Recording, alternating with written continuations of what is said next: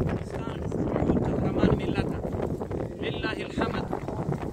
د ډېر وخت نه وروسته د دغه څټو کنډو چې د افغانستان یو د جهاد له لویو مرکزونو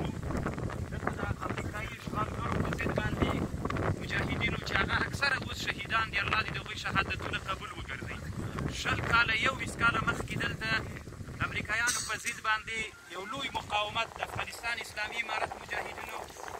سخت قرباني ورکړله او تقریبا د افغانستان د جهاد یو له ابتدایي سنګرونو نه دغه ساحه وه لله الحمد هغه قهرمانو مجاهدینو وینو په برکت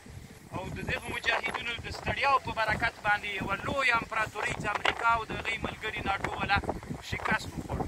نو دغه چې راتګ د مونږ دپاره هم دغه مناسبه وه چې باید دغه یوه لنډه ویډیو د افغانستان ملت ته او ټول اسلامي نړۍ ته خپره کړو او ورته مبارکي ووایو چې الحمدلله